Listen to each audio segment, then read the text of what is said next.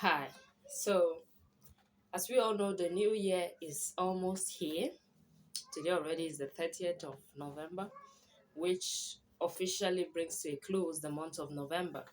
I'm about to enter into December, and a lot of you are already preparing your scissors you use to cut the people out of your life after you've enjoyed this December with them. But before we do that, I want us to talk about one very common thing that comes with the new year, which is the New Year's resolution, in which a lot of people say, I don't want to do this again, I don't want to do that again, I'm not going to do this. Some of you will even indulge in fasting and prayer just to end some certain kind of behavior and habits. Okay, so the truth of the matter is that you cannot outpray a bad habit. You cannot fast away a bad habit. You just have to face it fairly and squarely. Okay, so for those of you that have some things you don't want to have in your life again, maybe you have anger issues, okay? You get angry easily, you overreact at things and all, you cannot pray it out.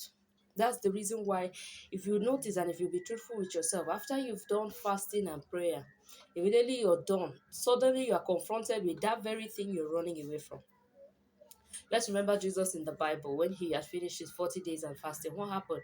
While he was still there, the devil came to tempt him.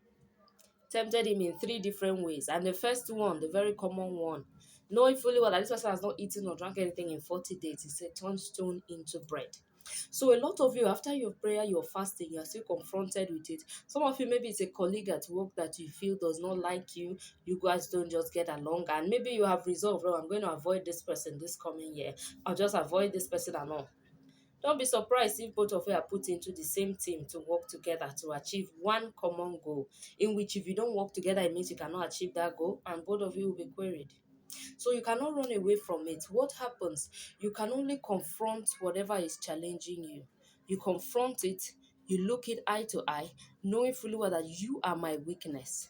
Then you hate it for you to leave it. So if maybe you've been dealing with masturbation and pornography, you can just come online and the first three things you're trying to look at, maybe on TikTok or on Facebook or anywhere, could be something that is arousing. That's to tell you God has nothing to do with this, okay? His word says he cannot be tempted with evil. He cannot tempt you with evil. So you will have to deal with it by confronting it and knowing that this thing cannot have power over me. Rather, I will have power over this situation. Same with anger issues. This thing will not make me to begin to display anger that is uncalled for. I am in charge. So you have to be in charge of yourself, in charge of your senses.